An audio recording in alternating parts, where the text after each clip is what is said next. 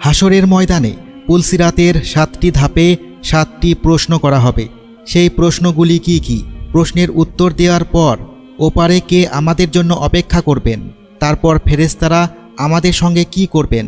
আপনারা যদি এই 7টি প্রশ্ন জানেন তাহলে আমাদের কমেন্টে জানান, আর যদি না জানেন তাহলে ভিডিওটি শেষ পর্যন্ত দেখুন। আরবিতে সিরাত অর্থ পথ বা রাস্তা, যার অর্থ পুলসিরাত হচ্ছে সেই রাস্তা যা জাহান্নামের উপর দিয়ে যায় এবং যা চুলের চেয়েও চিকন, আগুনের চেয়ে গরম এবং তরবারি চেয়েও ধারালো। কিয়ামতের দিন প্রত্যেক মাখলুককে সেই পুল অতিক্রম করতে হবে। যারা জান্নাতবাসী হবে তারা তাদের ঈমান ও আমল অনুযায়ী স্বাচ্ছন্দ্য অথবা কষ্টের সাথে সেতুটি অতিক্রম করে জান্নাতে চলে যাবে, এবং যারা তাদের আমলের কারণে জাহান্নামে থাকবে তারা সেতু থেকে পড়ে গিয়ে জাহান্নামে পতিত হবে। ঈমানদারদের জন্য সেই সেতুটি একটি সুন্দর উপত্যকায় রূপান্তরিত হবে, যেখানে তারা কোনো সমস্যা ছাড়াই অতিক্রম করে জান্নাতের দরজায় পৌঁছে যাবে। ঈমানদারদেরকে তাদের কর্ম অনুযায়ী নূর বা আলো দেওয়া হবে, যার আলোতে তারা সেই পুলের মধ্য দিয়ে পথ নির্ধারণ করবে। তাদের মধ্যে অনেকে প্রবল বাতাসের মতো দৌড়ে পার হয়ে যাবে, তারপর অনেকে হাঁটুতে ভর দিয়ে পার হবে এবং অনেকে হামাগুড়ি দিয়ে পার হবে। নবী করিম সাল্লাল্লাহু আলাইহি ওয়াসাল্লাম বলেন, আমি এক রাতে এক অদ্ভুত দৃশ্য দেখেছি। আমি দেখেছি আমার উম্মতের মধ্য হতে একজন পুলসিরাতের উপর বুকের উপর ভর দিয়ে টেনে টেনে পার হচ্ছিল এবং কখনো হাঁটুর উপর ভর দিয়ে চলতে থাকে। এমন সময় তার কাছে সেই দরুদ পেশ করা হলো যা দুনিয়াতে আমার জন্য পাঠ করছিল। সেই দরুদের ফজিলতের কারণে সে উঠে দাঁড়াতে সক্ষম হয় এবং দ্রুত পুলসিরাত পার করতে পারে। আখিরাতের সময় অনুযায়ী পুলসিরাতের দূরত্ব 3000 বছর। এক রেওয়ায়াতে বলা হয়েছে যে জাহান্নামে 7টি পুল রয়েছে। প্রত্যেক পুলের মাঝে দূরত্ব 70 বছরের সমান এবং প্রতিটি পুল তলোয়ারের মতো ধারালো। এর উপর দিয়ে অতিক্রমকারী দলগুলোর মধ্যে প্রথম দলটি চোখের পলকে পার হয়ে যাবে, দ্বিতীয় দলটি বিদ্যুতের মতো পার হয়ে যাবে, তৃতীয় দল ঝড়ো বাতাসের মতো পার হয়ে যাবে, চতুর্থ দল পাখির গতিতে পার হয়ে যাবে, পঞ্চম দল ঘোড়ার মতো পার হয়ে যাবে, ষষ্ঠ দল দৌড়ে চলা মানুষের মতো পার হয়ে যাবে, সপ্তম দলটি পথচারীর মতো পায়ে হেঁটে পার হয়ে যাবে। তাদের সবার শেষে একটা দল অবশিষ্ট থাকবে। যখন তাদেরকে যেতে দেওয়া হবে তারা পুলসিরাতের ওপর তাদের পা রাখবে, কিন্তু তাদের পা কাঁপতে শুরু করবে, তাই তারা হাঁটু গেড়ে বসে পড়বে।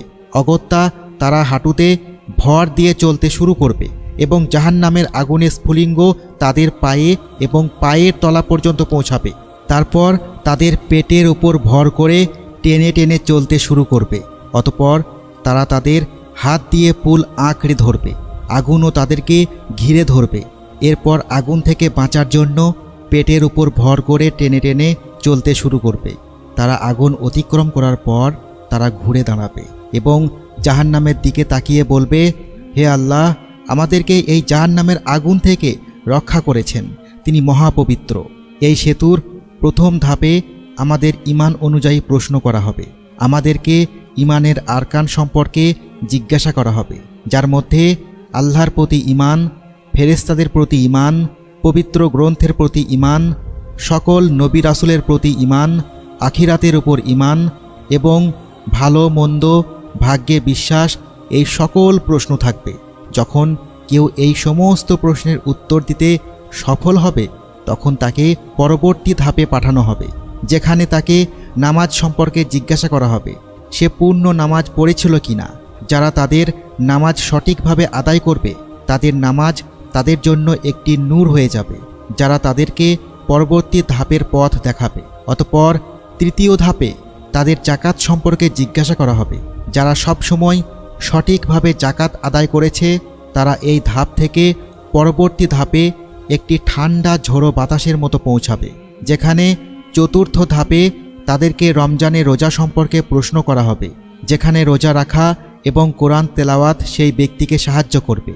এবং একটি রিওয়ায়াত অনুসারে রাসূলুল্লাহ সাল্লাল্লাহু আলাইহি ওয়াসাল্লাম বলেছেন যে সে সময় রোজা বলবে, হে আল্লাহ, আমার কারণে এই ব্যক্তি সারাদিন ক্ষুধার্ত ও তৃষ্ণার্ত ছিল, এবং নিজেকে নফসের কামনা বাসনা থেকে বিরত রাখত, একে ক্ষমা করে দিন।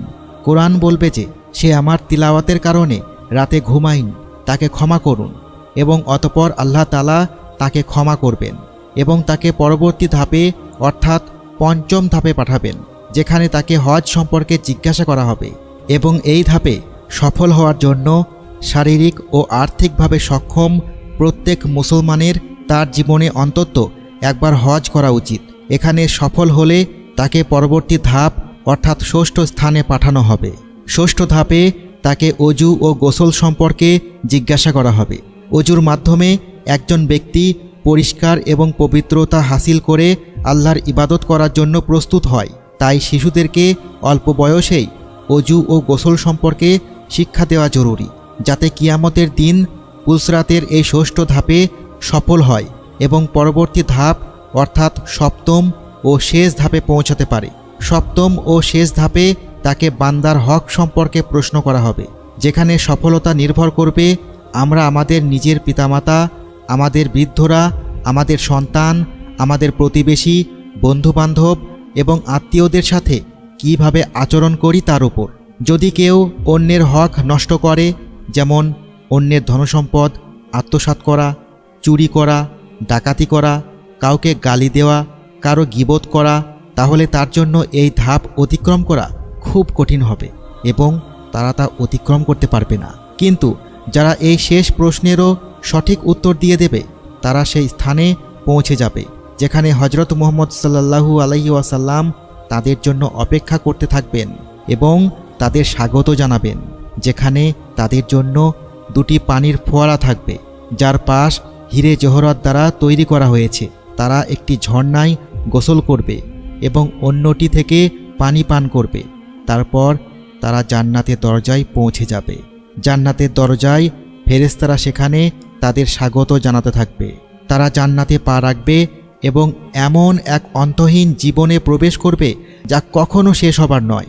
আল্লাহ তাআলা আমাদেরকে এমন নেক আমল করার তৌফিক দান করুন, যার ফলে আমাদের পুলসিরাত পার হওয়া সহজ হয়ে যায়। আমিন।